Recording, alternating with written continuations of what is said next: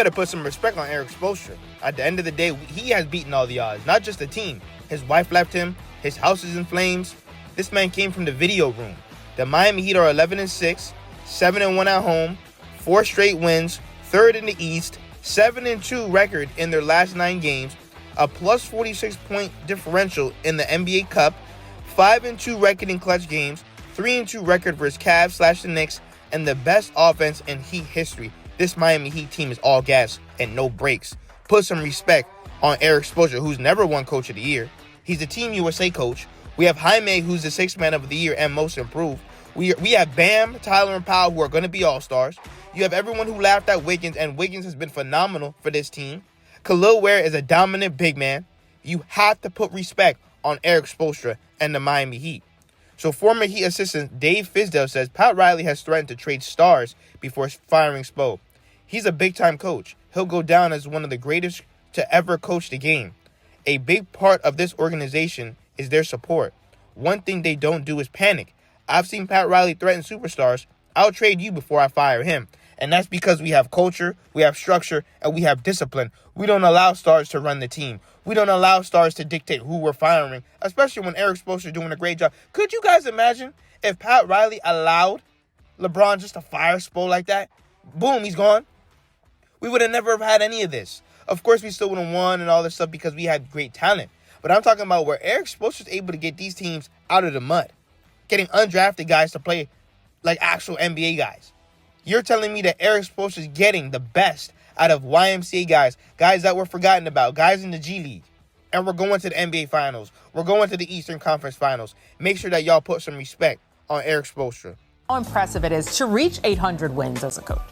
I mean, it's crazy, especially in today's age, how fast coaches get changed in and out. And so, you know, for him to be able to put together the run that he's put together, he is obviously being with him, I'm biased, but he's a big-time coach. Like, this guy's going to go down as one of the greatest coaches to ever coach the game. But a big part of that, too, is it's that organization. It's one the support. Place. That's the special part. Yeah, it's from all the way throughout the building, there's an understanding of how to do things and what's expected of you. And one thing they don't do is panic.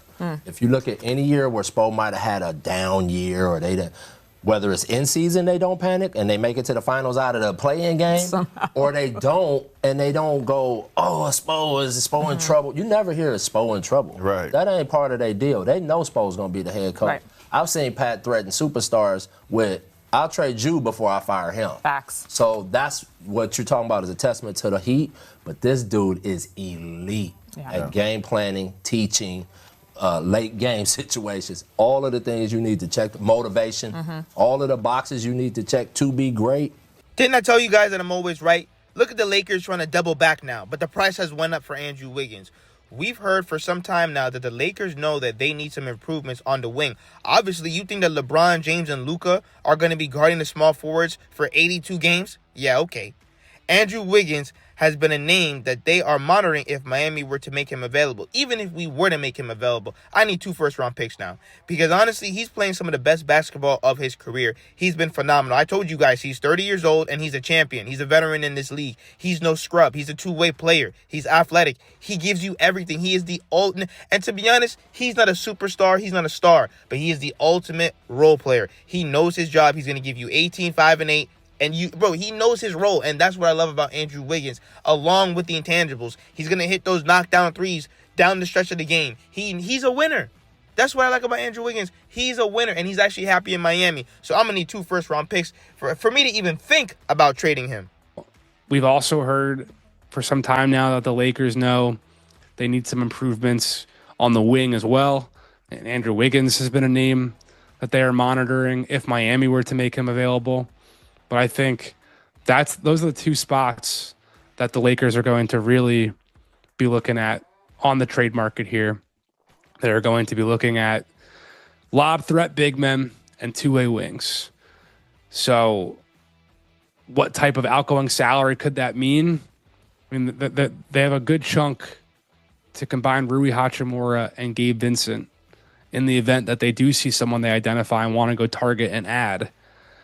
But I think at this point in time, 11-4, LeBron just came back. the Lakers are still going to also be in a little bit of a wait-and-see mode, see what this group really looks like. Now, I don't like Draymond Green. He's rude, he's disrespectful, he kicks people in the nuts, but I have to agree with him here. Draymond Green picking D-Wade over James Harden all time. The reason I'm going to pick D-Wade, he won at championships as finals MVP, carrying a team in his third year.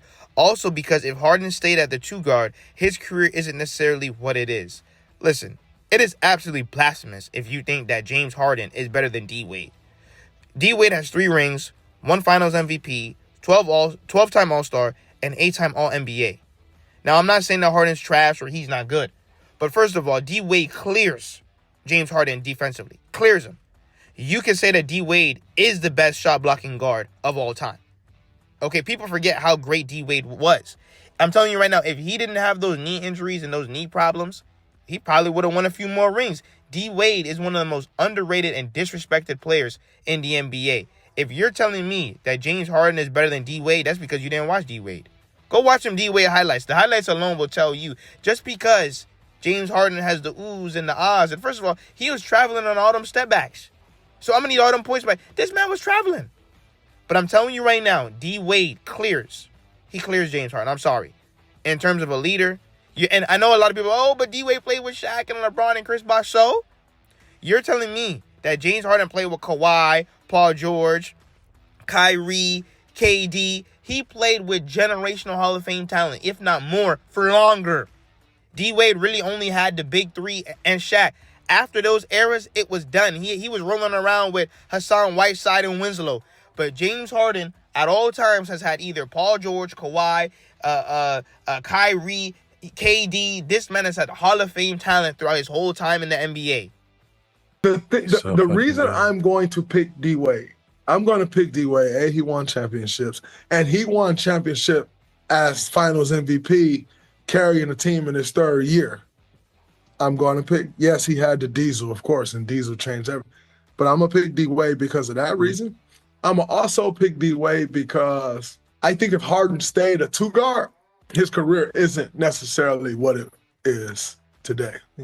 Him changing over to the point guard changed everything. Now, don't get me wrong. He still would have been an all-star. He still would have been perennial, all of those things. But, I mean, the dominance that James Harden had as a point guard, I don't think he would have had that same dominance as a 2 guard. And so I think right now what's being compared is the idea that James Harden is a 2 because you're comparing him to D-Wade, but he's not a 2.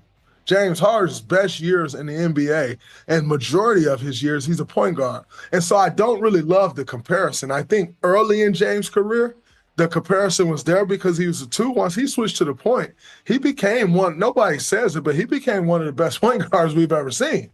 And so in saying that, I just don't think the comparison is there. And that's why I'm just going to pick D-Wade. For me, when it comes to shooting guards, it goes Michael Jordan, Kobe Bryant, Dwayne Wade. So Kashad Johnson postgame, I've been putting in work. Whole season staying ready. Opportunity came tonight for the rest of the season. I just got to stay ready. Heat culture is a real thing over here. Just stay locked in. Let's get into the video. Just remind me of faith, have faith. Stay ready each and every day. I pray a lot. So first and foremost, give all the thanks to my Lord and Savior. But then also I got to put in my work too. I've been putting in work whole season, just staying ready, Opportunity came tonight. And for the rest of the season, I just got to stay ready. We had guys down. It's just next man up kind of mentality. So I'm going to still be ready to do whatever the team need me to do. Tonight it was rebounding, got in, rebounded. Didn't make as many shots as I want to, but my energy was there, and that's on down control. You know the Miami way. I want to talk about defense. The last couple of weeks, it's Jokic, it's Cat. Tonight, at times, it was Vucevic. Those are some big bodies. What's the key for you to really stay low and get out there? Man, the key is just do whatever it takes, So tonight, step up. We know they got some talented guys over there, so just be prepared on players' tendencies and everything, and bring the energy. Energy will make up for a lot. Chicago never got closer than 14 points in the second half, so what was the key for you guys to maintain that cushion? Just be ourselves, play Miami Heat basketball, Heat culture. It's a real thing over here, so just stay locked in. Stay locked in no matter what the score is. We know it's a cup game. We know how much that matters to keep the foot on the gas, and that's what played a part in it. Heat culture is definitely real. At first, when I saw Kashad Johnson, I was like, yo, what is he doing out there? But Eric Spoelstra had to admit, I just kind of just threw him out there. He was guarding Jokic, guarding Cat.